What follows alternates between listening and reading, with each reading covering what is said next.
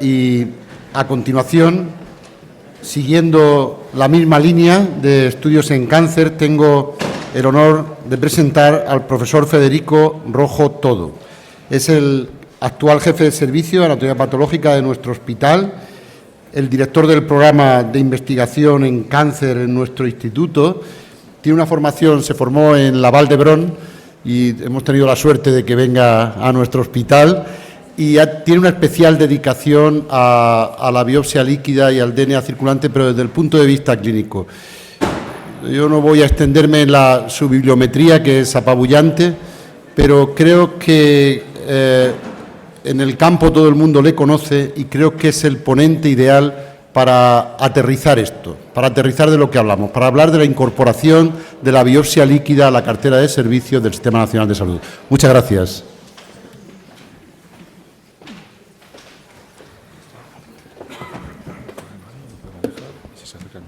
Perfecto, gracias. Buenos días. Muchas gracias, Demián, por la presentación. Gracias a la Fundación Conchita Rábago por invitarme a participar en esta lección conmemorativa. Y a partir de la presentación del doctor García Foncillas voy a tratar de, como decía Damián, aterrizar la práctica clínica en el paciente oncológico del uso de la biopsia líquida. La biopsia líquida nos permite, mediante una técnica poco invasiva, detectar alteraciones fundamentalmente a partir del DNA tumoral circulante que representan o recapitulan el espectro mutacional del tumor, características que nos permiten tomar decisiones terapéuticas.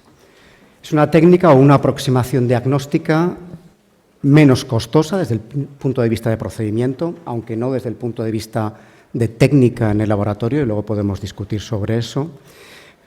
Ha demostrado una alta concordancia con las características mutacionales presentes en el propio tejido o en las células tumorales y ha demostrado datos útiles, datos positivos en diferentes tipos tumorales para considerar su utilidad clínica. Retomando donde lo ha dejado exactamente el doctor García Foncillas y utilizando en este caso el cáncer de mama como modelo en lugar del cáncer colorectal, vamos a repasar qué utilidades o qué prácticas en biopsia líquida han demostrado utilidad clínica en práctica asistencial en el diagnóstico para el manejo del paciente colorectal. Desde los estadios más tempranos de la enfermedad, diagnóstico precoz, cribado, donde los datos son demasiado preliminares para considerar una utilidad clínica, situación o estadio precoz de la enfermedad y, finalmente, en estadio avanzado o enfermedad metastásica con la emergencia de esas segundas alteraciones, esa clonalidad que ha explicado el doctor García Foncillas en su presentación. En estadio precoz, ¿qué datos tenemos en cáncer de mama que representan un tipo o un modelo de aplicabilidad clínica?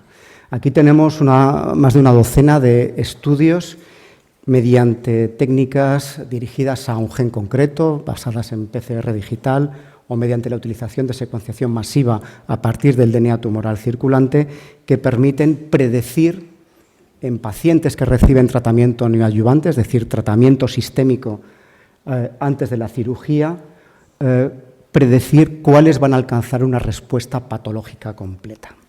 Este es uno de los estudios en los que efectivamente los niveles basales antes de la cirugía de DNA tumoral circulante, de cualquiera de las mutaciones presentes en el tumor, correlacionan o predicen cuál va a tener una respuesta completa. Los pacientes con respuesta completa tienen significativamente niveles inferiores de DNA tumoral circulante que aquellos que no alcanzan respuesta patológica completa. Y lo que es más importante, y que sabemos que ocurre en cáncer de mama, es que alcanzar una respuesta patológica completa tras tratamiento neoadyuvante es un predictor del pronóstico a largo plazo de estos pacientes. Y aquí vemos las curvas de supervivencia global y de supervivencia libre de enfermedad. Aquellas pacientes que fueron negativas en su DNA tumoral circulante tienen un significativo mejor pronóstico que aquellas que presentaban DNA tumoral circulante para alguna mutación detectable. Después de la cirugía, también la biopsia líquida en cáncer de mama ha demostrado utilidad. 10 estudios, también basados en el estudio de gen único, PCR digital o secuenciación masiva, permiten determinar o detectar esa enfermedad mínima residual que puede ser la causa de recaídas de la enfermedad. Y un estudio clásico en cáncer de mama es el presentado o la línea de trabajo del grupo de Nick Turner. Aquí vemos una publicación del año 2019 de Isaac García Murillas, en el que, bien analizando la biopsia líquida, un ctDNA, antes de la cirugía, se puede determinar cuál es el pronóstico de la enfermedad, la probabilidad de recaída, detectar ctDNA positivo antes de la cirugía, al igual que veíamos antes, predice el pronóstico, y lo que es más importante y más fiable, en el seguimiento después de un tratamiento con intención curativa, la detección en cualquiera de los momentos de estudio de una biopsia líquida positiva determina el pronóstico de la enfermedad. Aquí podemos ver que efectivamente la detección de una mutación en ese segmento predice la duración de la supervivencia libre de enfermedad y que la presencia de esas mutaciones marca el pronóstico del cáncer de mama en situación precoz. ¿Qué ocurre en escenario metastásico? Aquí quizás tenemos datos más sólidos sobre una aplicación real en práctica asistencial, bien para la detección de mutaciones dentro de la situación metastásica, la emergencia de mutaciones adquiridas fundamentalmente relacionadas con mecanismos de resistencia a terapias dirigidas y también para establecer el pronóstico de la enfermedad. De alguna forma, en cáncer de mama, el camino del estudio de la biopsia líquida en situación metastásica lo marca este ensayo clínico en el que varios centros españoles participamos. Es una iniciativa europea que se llama Aurora, en el que pacientes con cáncer de mama en situación metastásica se les realiza una monitorización de la enfermedad mediante biopsias líquidas secuenciales. ¿Qué conocemos de los primeros resultados de este ensayo Aurora? Que en general en cáncer de mama la mayoría de las alteraciones son constantes a lo largo de la historia natural de la enfermedad. Hay poca emergencia o alteraciones secundarias. En general, los drivers, las mutaciones accionables dentro de cáncer de mama permanecen desde el primer evento de transformación neoplásica, pero es cierto que hay algunas alteraciones, y después trataremos sobre ellas, que aparecen después de sucesivas líneas de tratamiento, como pueden ser las mutaciones de SR1. Aproximadamente el 50% de las pacientes con cáncer de mama tienen alteraciones SCAT1 o 2. SCAT es un sistema de clasificación de la accionabilidad de las alteraciones que encontramos en pacientes con cáncer, y un SCAT1 o 2 nos indica que son mutaciones potencialmente accionables, es decir, potencialmente utilizables como dianas terapéuticas. Una de las alteraciones clásicas en cáncer de mama, al menos en cáncer de mama luminal, son las mutaciones en PI3 quinasa, ocurren aproximadamente en el 35% de las pacientes con cáncer de mama, y su utilidad clínica viene dada por el desarrollo de inhibidores selectivos de PI3 quinasa que han demostrado actividad clínica en situación metastásica. Este es el ensayo SOLAR-1 de validación de alpelisib combinado con hormonoterapia en pacientes luminales metastásicas que presentan mutación de PI3 quinasa. ¿Qué nos ha demostrado este estudio? Que detectando la mutación de PI3 quinasa bien en estudio de tejido o detectando la mutación de PI3 quinasa a partir de DNA tumoral circulante, la capacidad predictiva de este biomarcador, la capacidad predictiva de la detección de la mutación de PI3 quinasa frente al alpelisib es equivalente. Por lo tanto, el primer mensaje es que de forma alternativa al tejido podemos utilizar la biopsia líquida para detectar biomarcadores predictivos de respuesta. Aquí podemos ver las medianas de supervivencia libre de progresión para pacientes con mutación detectada en tejido, para mutaciones con mutación detectada en plasma, y podemos ver que la predicción de esa supervivencia es muy parecida.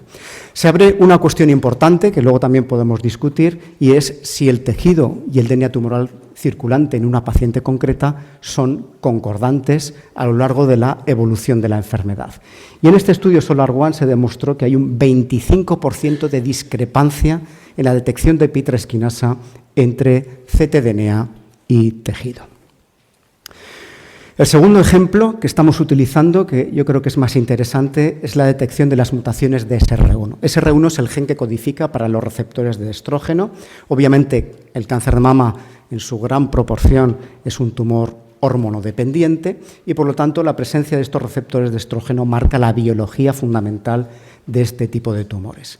Sabemos que en un porcentaje importante de pacientes con cáncer de mama que han recibido terapia hormonal, sobre todo inhibidores de la aromatasa, se produce una mutación secundaria, una mutación que no está presente en el momento del diagnóstico de la enfermedad, en el gen que codifica para los receptores de estrógeno, en el gen de SR1.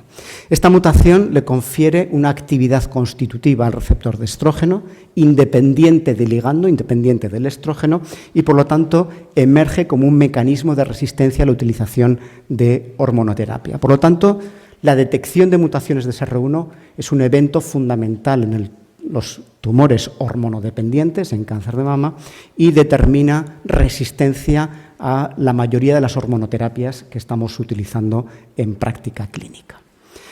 Como decía, estas mutaciones en SR1 no existen o son indetectables en el momento del diagnóstico de la enfermedad.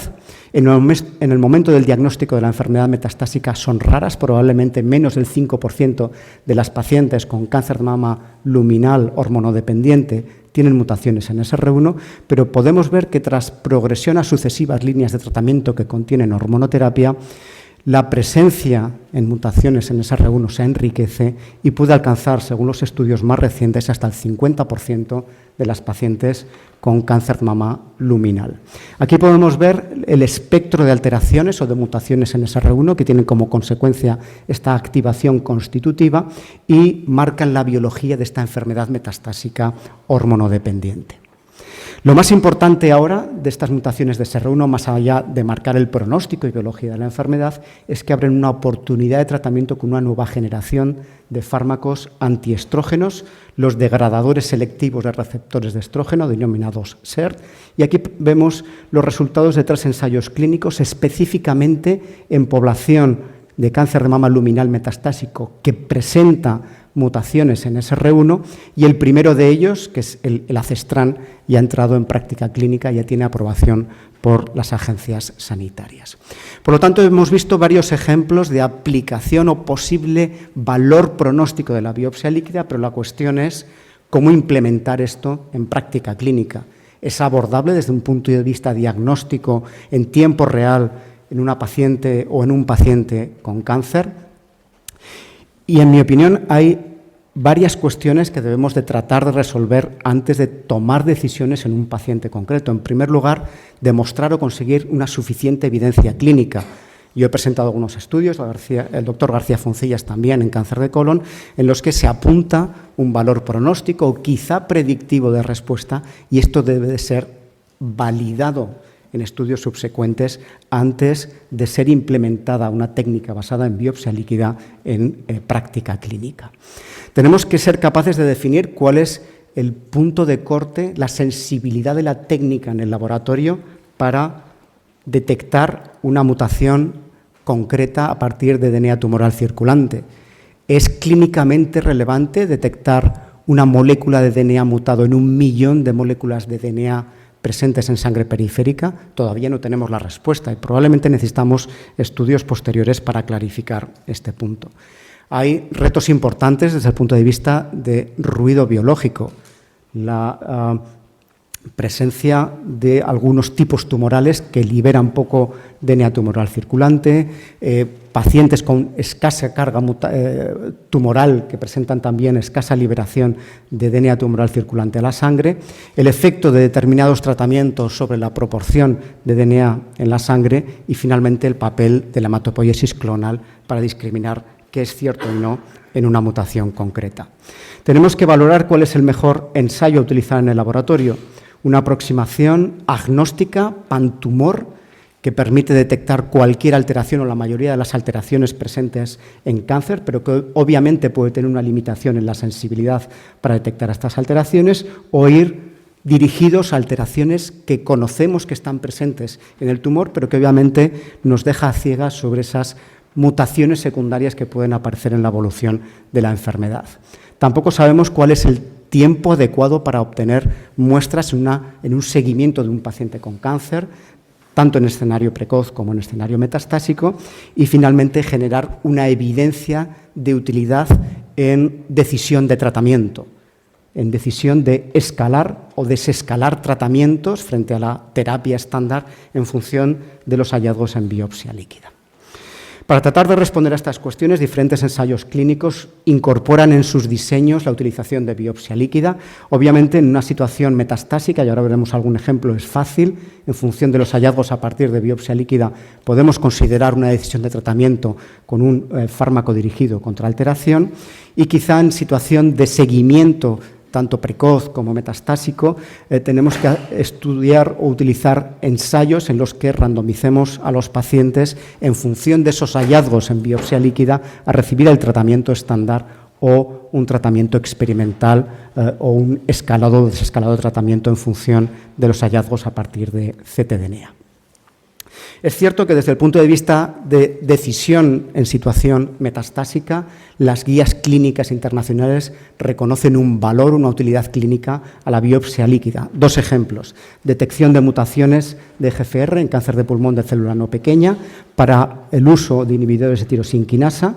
Esta es la evolución desde el año 2016 al año 2018.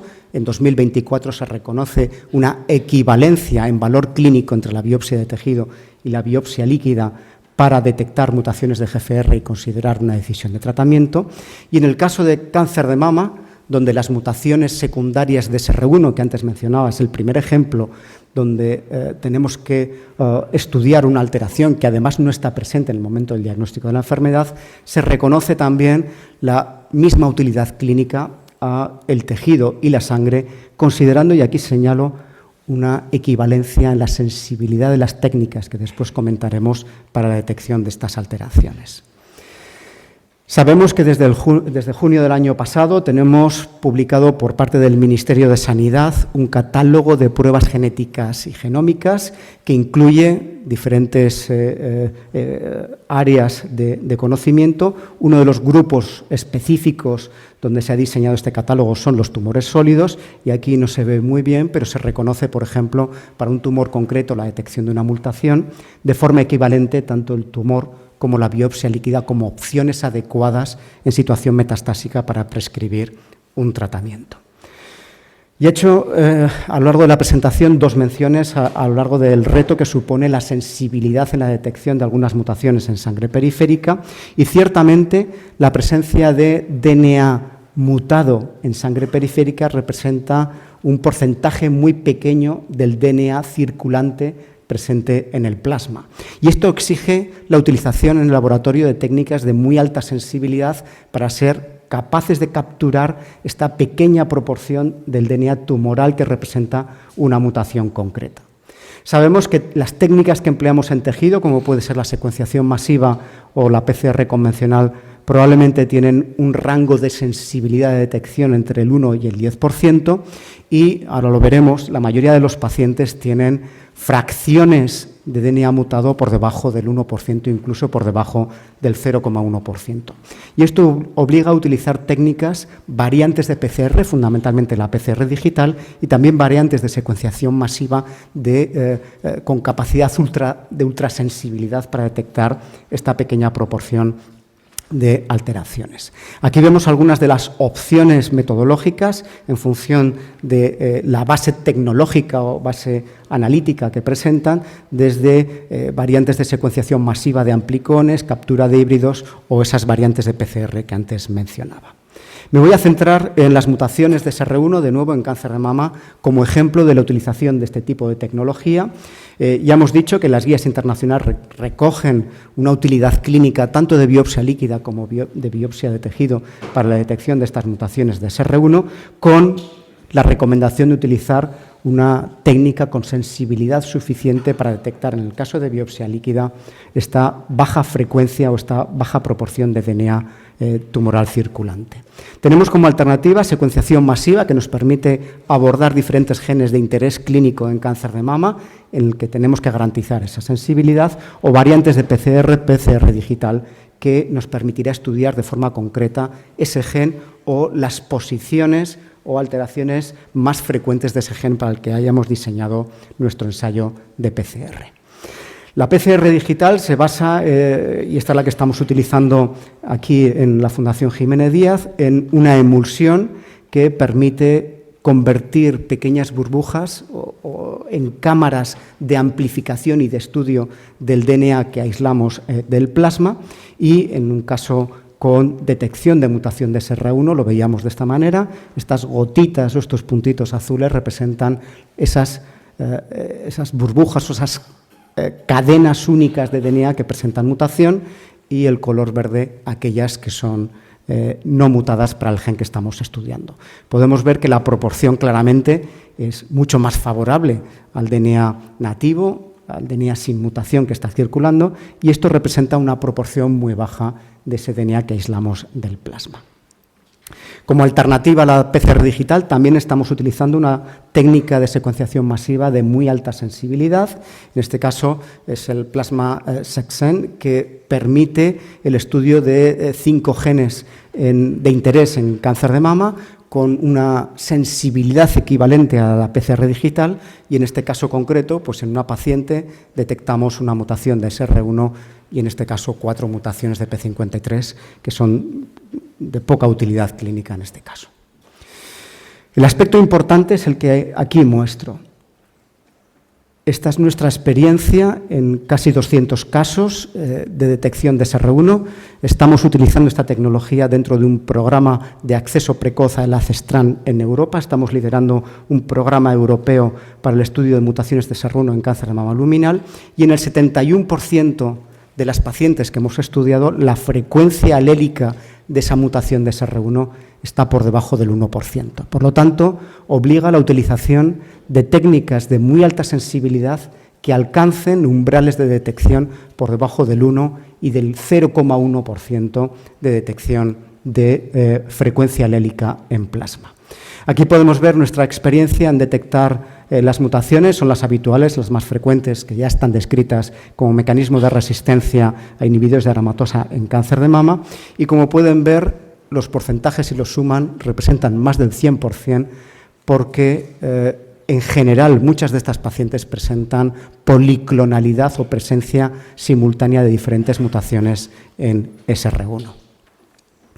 Estamos también trabajando con paneles de secuenciación masiva para caracterizar espectros más amplios de mutaciones en cáncer de mama. Estos son datos que publicamos hace 4 años o presentamos en San Antonio, en el Congreso de Mama San Antonio, hace 4 años, con este panel que estudia 77 genes de interés en cáncer de mama a partir de ctDNA, en cáncer de mama triple negativo avanzado. En este caso, la detección de alteraciones, no entraremos en detalle de cuáles, pero la presencia de conmutaciones en cáncer de mama triple negativo correlaciona con el pronóstico de la enfermedad. Y resultados que vamos a presentar dentro de 2 semanas en Chicago, en el Congreso Americano de Oncología, en este caso el ensayo FLIPPER de utilización de un inhibidor de CDK más terapia hormonal en cáncer de mama luminal metastásico. Utilizando el mismo panel, también la caracterización de alteraciones dentro de este panel nos permite establecer cuál es el pronóstico. De forma resumida, la presencia de al menos 2 mutaciones en los genes de interés en cáncer correlaciona con mayor probabilidad de progresión rápida de la enfermedad, y aquí podemos ver cómo la línea verde que representa esas 2 mutaciones, o al menos 2 mutaciones, correlaciona también con la supervivencia de las pacientes estudiadas. Desde el punto de vista de tomar decisiones de tratamiento, la biopsia líquida, más allá de la detección de mutaciones para la prescripción de un fármaco dirigido contra diana, está siendo útil en práctica clínica. Todavía tenemos cuestiones importantes por resolver. Y aquí presento un estudio también de Nick Turner, que antes lo he mencionado, en este caso en cáncer de mama triple negativo, monitorizando a las pacientes en situación precoz a partir del ctDNA, si son capaces de predecir la recaída de la enfermedad. Las barras azules representan la probabilidad a lo largo del seguimiento de estas pacientes de recaer en su enfermedad, en este cáncer de mama triple negativo, y en color rojo la probabilidad del radiólogo de detectar la progresión de la enfermedad por las pruebas convencionales de imagen. Y podemos ver que probablemente el radiólogo es mejor para detectar la recaída a los pocos meses de completar el tratamiento con intención curativa de estas pacientes, y luego probablemente la biopsia líquida es igual que una prueba de imagen para detectar la recaída, con lo cual es útil la biopsia líquida para tomar una decisión en este tipo de tratamientos. Probablemente es un problema de sensibilidad, porque el mismo grupo hace pocas semanas ha publicado un reanálisis de este mismo ensayo clínico utilizando una técnica de secuenciación masiva de altísima sensibilidad que se denomina radar. Es una técnica diseñada para alteraciones que se detectan a partir de célula tumoral y que se monitorizan con un ensayo individualizado en esas muestras secuenciales de sangre, y en este caso podemos ver que sí que se gana una capacidad pronóstica, una capacidad de predecir en el tiempo que pacientes pueden recaer. Cierro con este estudio que en cáncer de mama está marcando cuál puede ser la utilidad de la biopsia líquida en situación metastásica, que es el ensayo PADA-1. Pacientes con cáncer de mama luminal metastásico, en las cuales se monitoriza cuando están recibiendo el tratamiento estándar, que es palbociclib, un inhibidor de CDK más terapia hormonal, muestras de sangre. Si se detecta una mutación de SR1, que ya hemos mencionado que es la mutación relacionada con la resistencia a la terapia hormonal, las pacientes se randomizan a recibir el mismo tratamiento, no se cambia la decisión de tratamiento, o se hace un switch a recibir o continuar con el inhibidor de CDK, pero a cambiar la base de la hormonoterapia, de inhibidor de aromatasa a fulvestrant. Por primera vez en cáncer de mama, un cambio de decisión de tratamiento en situación metastásica basado en ctDNA ha demostrado un impacto pronóstico. Hacer este switch a fulvestrant más el inhibidor de CDK ha mejorado la supervivencia de las pacientes con cáncer de mama luminal metastásico. Como mensajes finales que quiero transmitirles, 4 preguntas. ¿A quién hay que determinar una biopsia líquida? Pacientes con cáncer o tumores sólidos en situación metastásica avanzada, de forma alternativa o complementaria al tejido. Pensemos en este modelo de mutaciones secundarias que no podemos detectar en el momento del diagnóstico de la enfermedad neoplásica. ¿Cuándo determinar biopsia líquida? En el momento de recaída de la enfermedad, en el diagnóstico de la enfermedad metastásica, y quizá utilizar biopsias líquidas en cada progresión de línea de tratamiento a lo largo de la evolución de la enfermedad. ¿Para qué o por qué determinar biopsia líquida o alteraciones en ctDNA a partir de biopsia líquida?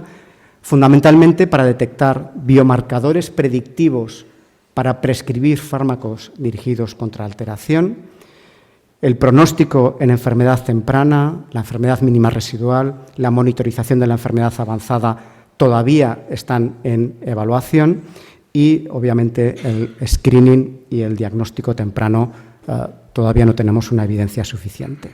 Y finalmente, ¿qué método utilizar? Métodos con suficiente sensibilidad para detectar una baja proporción de DNA tumoral circulante en el DNA libre en plasma en cada paciente. Muchas gracias.